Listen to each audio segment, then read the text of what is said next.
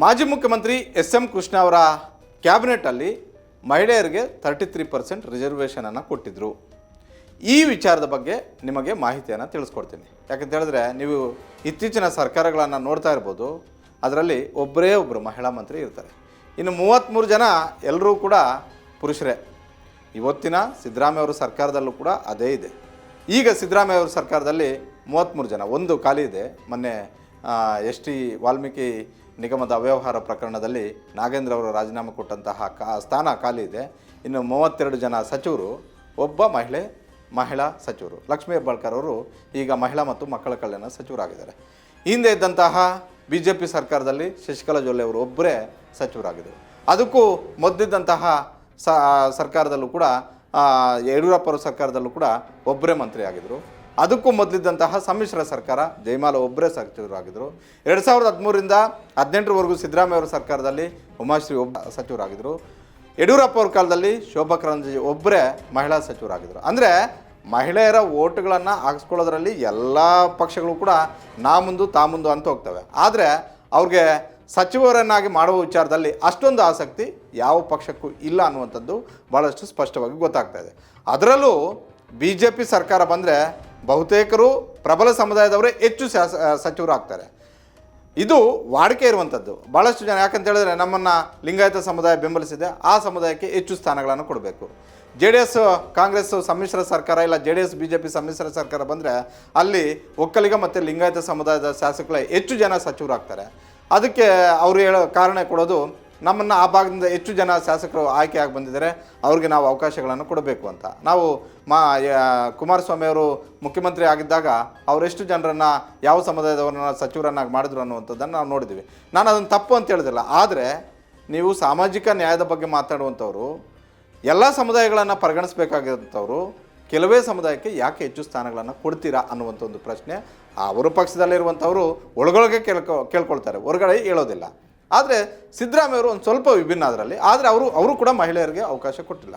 ಸಿದ್ದರಾಮಯ್ಯವರು 2013ರಿಂದ 2018ರವರೆಗೂ ಆಗಿರ್ಬೋದು, ಈಗ 23ರಿಂದ ಇವತ್ತಿನವರೆಗೂ ಕೂಡ ಇರುವಂತಹ ಸರ್ಕಾರದಲ್ಲಿ ಸಮುದಾಯವಾರು ಅವಕಾಶಗಳನ್ನು ಕೊಟ್ಟಿದ್ದಾರೆ. ಅದರಲ್ಲಿ ಯಾವುದೇ ಅನುಮಾನವೂ ಕೂಡ ಇಲ್ಲ. ಅದರಲ್ಲಿ ಹಿಂದುಳಿದವರು ಇದ್ದಾರೆ, ಮುಸ್ಲಿಮರು ಇದ್ದಾರೆ, ದಲಿತರು ಇದ್ದಾರೆ, ಲಿಂಗಾಯತರು ಇದ್ದಾರೆ, ಒಕ್ಕಲಿಗರು ಇದ್ದಾರೆ.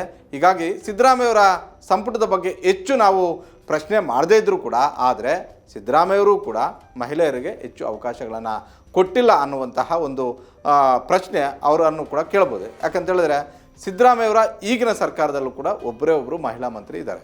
ಆದರೆ ಎಸ್ ಎಂ ಕೃಷ್ಣ ಇದಕ್ಕೆ ತದ್ವಿರುದ್ಧ. ಯಾಕೆ?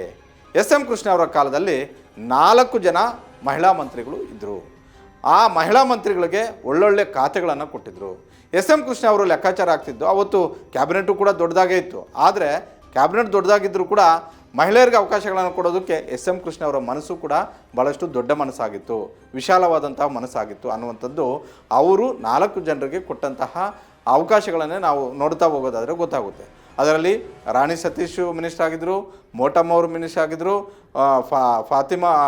ಫಾಜಿಲ್ ಅವರು ಮಿನಿಸ್ಟರ್ ಆಗಿದ್ದರು, ಅದೇ ರೀತಿ ವಸಂತ ಅವರು ಮಿನಿಸ್ಟರ್ ಆಗಿದ್ದರು.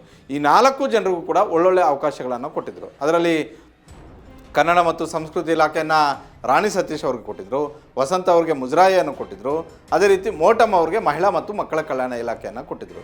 ಪ್ರಬಲವಾದಂತಹ ಒಂದು ಖಾತೆಗಳನ್ನು ಅವ್ರಿಗೆ ಕೊಟ್ಟು ಅವ್ರಿಗೆ ಉನ್ನತವಾದಂಥ ಒಂದು ಸ್ಥಾನಮಾನಗಳನ್ನು ಕೊಡುವಂತಹ ಕೆಲಸವನ್ನು ಮಾಡಿದ್ರು. ಜೊತೆಗೆ ಅವತ್ತು ಆ ಇಲಾಖೆಗಳನ್ನಷ್ಟೇ ಕೊಟ್ಟಿಲ್ಲ, ಆ ಇಲಾಖೆಗಳು ಕೊಟ್ಟೋದ್ರ ಜೊತೆಗೆ ಆ ಇಲಾಖೆಗಳಲ್ಲಿ ಕ್ರಾಂತಿಕಾರಕವಾದಂತಹ ಒಂದು ಯೋಜನೆಗಳನ್ನು ಜಾರಿ ಮಾಡಬೇಕು.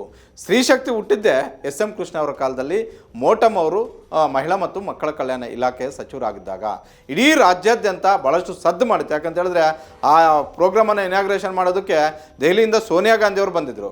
ತುಮಕೂರಿನ ಗೂಳೂರಲ್ಲಿ ಆದಂತಹ ಬಹುದೊಡ್ಡ ಸಮಾವೇಶ, ಲಕ್ಷಾಂತರ ಜನ ಸೇರಿ ಮಾಡಿದಂಥ ಒಂದು ಸಮಾವೇಶ ಅದಾಗಿತ್ತು. ಹೀಗಾಗಿ ಎಸ್ ಎಂ ಕೃಷ್ಣ ಕಾಲದಲ್ಲಿ ಕೇವಲ ಪುರುಷರನ್ನಷ್ಟೇ ಪರಿಗಣಿಸ್ತಾ ಇರಲಿಲ್ಲ. ಇಲಾಖೆಗಳು ಅಂತ ಬಂದಾಗ, ಕ್ಯಾಬಿನೆಟ್ ಅಂತ ಬಂದಾಗ, ಸರ್ಕಾರ ಅಂತ ಬಂದಾಗ, ಒಂದು ನಿಗಮ ಮಂಡಳಿ ಅಂತ ಬಂದಾಗ ಕೇವಲ ತಮ್ಮ ಸುತ್ತಲೂ ಇರುವಂತಹ ಅವ್ರಿಗೆ ಅಷ್ಟೇ ಮಣೆ ಹಾಕದೆ, ಅದರಲ್ಲೂ ಸಂಖ್ಯಾತರಾಗಿರ್ಬೋದು, ಹಿಂದುಳಿದವರಾಗಿರ್ಬೋದು, ಆಗ ಪ್ರಬಲ ಸಮುದಾಯವರು ಆಗಿರ್ಬೋದು, ಯಾರು ಅದಕ್ಕೆ ಅರ್ಹರಿದ್ರೋ ಅಂಥವರನ್ನು ಗುರುತಿಸುವಂಥ ಒಂದು ಕೆಲಸವನ್ನು ಮಾಡಿದರು. ಹೀಗಾಗಿ ಎಸ್ ಎಂ ಕೃಷ್ಣ ಕಾಲದಲ್ಲಿ ಮಾತ್ರ 4 ಜನ ಮಹಿಳಾ ಸಚಿವರು ಇದ್ದರು. ಅದಕ್ಕೂ ಮೊದಲು ಕೂಡ 4 ಜನ ಯಾರ ಹುದ್ದೆಯಲ್ಲೂ ಇರಲಿಲ್ಲ, ಇಬ್ಬರು ಇರ್ತಿದ್ರು. ಆದರೆ ಎಸ್ ಎಂ ಕೃಷ್ಣ ಅವರು ಅಧಿಕಾರಕ್ಕೆ ಬಂದ ಬಳಿಕ 1999ರಿಂದ 2004ರವರೆಗೂ ಕೂಡ 4 ಜನ ಮಹಿಳೆಯರನ್ನು ಮಂತ್ರಿಗಳನ್ನಾಗಿ ಮಾಡಿದರು. ಈ ಖ್ಯಾತಿ ಇಲ್ಲಿವರೆಗೂ ಕೂಡ ಕರ್ನಾಟಕದ ಯಾವೊಬ್ಬ ಮುಖ್ಯಮಂತ್ರಿಯಲ್ಲೂ ಕೂಡ ಇರಲಿಲ್ಲ. ಅದರಲ್ಲೂ 2000 ಬಳಿಕ ಯಾವ ಮುಖ್ಯಮಂತ್ರಿನೂ ಕೂಡ 4 ಜನ ಮಹಿಳೆಯರಿಗೆ ಮಂತ್ರಿ ಸ್ಥಾನವನ್ನು ಕೊಟ್ಟಿದ್ದು ಯಾವ ಕ್ಯಾಬಿನೆಟಲ್ಲೂ ನೋಡಲಿಲ್ಲ. 2004ರ ಬಳಿಕ ಅಂದರೆ ಧರ್ಮಸಿಂಗ್ ಆಗಿರ್ಬೋದು, ಎಚ್ ಡಿ ಕುಮಾರಸ್ವಾಮಿ ಆಗಿರ್ಬೋದು, ಯಡಿಯೂರಪ್ಪ ಆಗಿರ್ಬೋದು, ಮತ್ತೆ ಸಿದ್ದರಾಮಯ್ಯ ಅವರು ಆಗಿರ್ಬೋದು, ಮತ್ತೊಮ್ಮೆ ಕುಮಾರಸ್ವಾಮಿ ಆಗಿರ್ಬೋದು, ಮತ್ತೆ ಯಡಿಯೂರಪ್ಪ ಆಗಿರ್ಬೋದು, ಇವರು ಯಾರೂ ಕೂಡ ಇವತ್ತಿನ ಸಿದ್ದರಾಮಯ್ಯ ಇವರು ಯಾರೂ ಕೂಡ ಒಂದಕ್ಕಿಂತಲೂ ಹೆಚ್ಚಿಗೆ ಅವಕಾಶಗಳನ್ನು ಕೊಡಲಿಲ್ಲ. ಅಂದರೆ ಅವರು ಸಿ ಎಮ್ ಆಗಿದ್ದಾಗ ಒಬ್ಬರಿಗೆ ಮಾತ್ರ ಮಂತ್ರಿ ಮಾಡೋದು, ಅವ್ರಿಗೆ ಮಹಿಳಾ ಮತ್ತು ಮಕ್ಕಳ ಕಲ್ಯಾಣ ಇಲಾಖೆಯನ್ನು ಕೊಟ್ಬಿಡೋದು, ಇಷ್ಟೇ.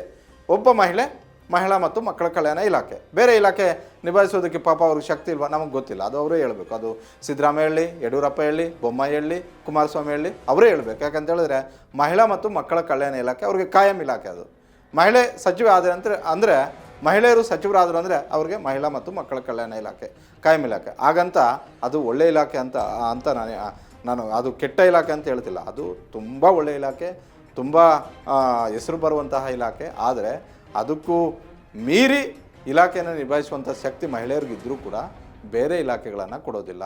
ಯಾಕೆ ಪುರುಷರೇನು ಬೇಡ ಅಂತಾರೆ, ಕೊಟ್ಟರೆ ಅದು ಗೊತ್ತಿಲ್ಲ. ಅದು ಸರ್ಕಾರ ನಡೆಸುವಂಥವ್ರು ಅವರೇ ಹೇಳಬೇಕು.